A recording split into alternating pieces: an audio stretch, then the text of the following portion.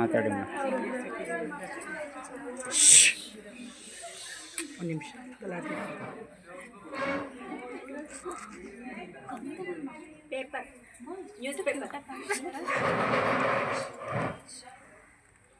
ಸನ್ಮಾನ್ಯ ಶ್ರೀ ಶ್ರೀ ಕಾರದ ವೀರಬಸವ ಮಹಾಸ್ವಾಮೀಜಿಗಳಿಗೆ ನಮಸ್ಕರಿಸುತ್ತಾ ನನ್ನ ಮಾತುಗಳನ್ನ ಪ್ರಾರಂಭಿಸ್ತಿದ್ದೀನಿ. ನಮ್ಮ ಶಾಲೆ ಬಂದು ಕಿಡ್ಸ್ ಇಂಟರ್ನ್ಯಾಷನಲ್ ಶಾಲೆ ಬೆಳ್ಳಾವಿನಲ್ಲಿ ಇದೆ. ನಮ್ಮ ಕಾರ್ಯದರ್ಶಿಗಳಾದ ಡಿ ಸತೀಶ್ ಕುಮಾರ್ ಸರ್ ಅವರು ನಮ್ಮನ್ನು ಈ ಸನ್ನಿಧಿಗೆ ಬರಲು ಹೇಳಿದ್ದಾರೆ.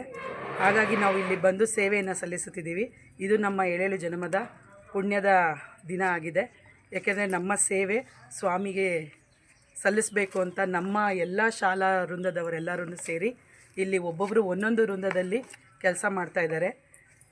ಕೆಲವರು ಸ್ವಾಮಿ ಸನ್ನಿಧಿನಲ್ಲಿ ಸೇವೆಯನ್ನು ಸಲ್ಲಿಸ್ತಾಯಿದ್ರೆ, ಇನ್ನು ಕೆಲವರು ಪ್ರಸಾದ ವಿನಿಯೋಗ ಮಾಡೋದರಲ್ಲಿ ನಿರತರಾಗಿದ್ದಾರೆ.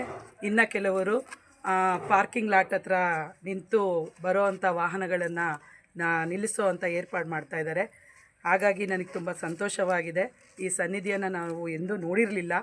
ಇಂದು ಬಂದು ಇವತ್ತು ಈ ಒಂದು ಸನ್ನಿಧಿನಲ್ಲಿ ನಮ್ಮ ಸೇವೆ ಸಲ್ಲಿಸ್ತಾ ಇರೋದು ನಮ್ಮ ಪುಣ್ಯ ಅಂತ ಭಾವಿಸಿದ್ದೀನಿ.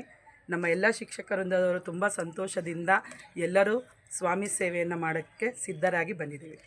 ಅಷ್ಟನ್ನು ಹೇಳೋಕ್ಕೆ ಸಂತೋಷ.